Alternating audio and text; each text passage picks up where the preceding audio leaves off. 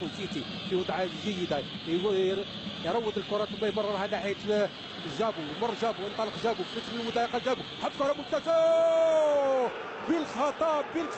بالخطا بن عياد امامنا على الصوره يبغى حارس ويوقع الهدف الاول لمصلحه الوفاق في كره مرتده سريعه جدا من الوفاق وبكره بالخطا من بن عياده يتمكن من مباغته حارس رحماني ويوقع الهدف الاول لمصلحه الوفاق. وفرحه لعناصر الوفاق ولانصار الوفاق. هذه المرتدات التي تحدثنا عنها ويتاسف بن عياده حسين على الخطا الذي ارتكب. يشاهد انطلاقه سريع جدا، اللاعب بكير هو الذي مررها وقبل ان تصل الكره او بكير هو الذي انطلق وزع ناحيه عدوش في القائم الثاني، ولكن اللاعب بن عياده بالخطا يضع الكره في مرمى الحارس رحماني. وقلنا الاهداف اما تاتي عن طريق اهداف عن طريق الاخطاء واما عن طريق العمل الهجومي، والهدف جاء في المباراه لحد الان عن طريق خطا في دفاع شباب قسنطينه. نعم، واللاعب لا يحدث فوق ارضيه الميدان. رغم ذلك ان شباب قسنطينه ادى مقابله كبيره. نعم، اداء سواء الشباب والوفاق. هو وفاق الفريقين. لا الخطا الذي ارتكب الهدف التعادل بالفعل. هدف التعادل خطا لا ماذا فعل زغبه امام اللاعب عبيد؟ ماذا فعل زغبه؟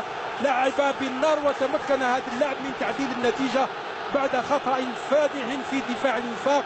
شباب قسنطينه يعود في اللحظات الاخيره وفي الدقائق الاخيره ويتمكن من تعديل النتيجه بعد خطا فادح في دفاع فريق الوفاق. شباب قسنطينه يتمكن من استغلال هذه الهفوه، وكأن الهدفين جاء من خطأين في الدفاع بعد خطأ من اللاعب بن عياده. الآن زغبه الذي أخطأ ومنح فرصة لشباب قسنطينة لتعديل النتيجة. نشاهد الإعادة ماذا فعل. لا لم يراقب ولم يروض الكرة كما ينبغي. اقتنصها اللاعب عبيد محمد امين، انطلق وتمكن من تعديل النتيجه. ربما نتحدث عن الخطا رشيد اكثر من نتحدث عن الهدف. بطبيعه الحال يعني الخطا فادح، الحارس كان يعني بعيد كل البعد. الانجليزيه داخل منطقه العمليات بالفعل طويله داخل منطقه الحارس زغبه من يتمكن منها. الدفاع الذي يتمكن التسديده والهدف الثاني. والهدف الثاني لشباب قسنطينه. الهدف الثاني ماذا حدث من اللاعب عروسي هو الذي سجل الهدف الثاني. مباراة اشتراكية، مباراة مثيرة مباراة عالمية. هكذا هي مباريات الكبار.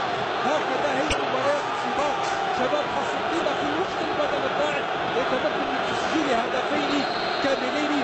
مباراة غريبة الأطوار صراحة. بطبيعة الحال مباراة كبيرة من جميع الجوانب ولكنها غريبة الأطوار. سنشاهد الإعادة، كرة طويلة على الطريقة الإنجليزية قلت بعد الكرة من الدفاع في استقبالها المدافع عروسي يتمكن من مباغتة الحارس زغبه واضافه الهدف الثاني في اللحظات الاخيره من الوقت البدل الضائع. نشاهد اعاده ابعاد الكره اللاعب عروسي وحده. هذا خطر اخر في المراقبه، يبدو لي الكره اصطدمت بالدفاع وباغتت الحارس زغبه. والحكم الحلالشي يعلن على نهايه المباراه لتفوق شباب قسنطينه بهدف لصفر او بهدفين لهدف بعد ما كان منهزم في النتيجه. نعم، فريق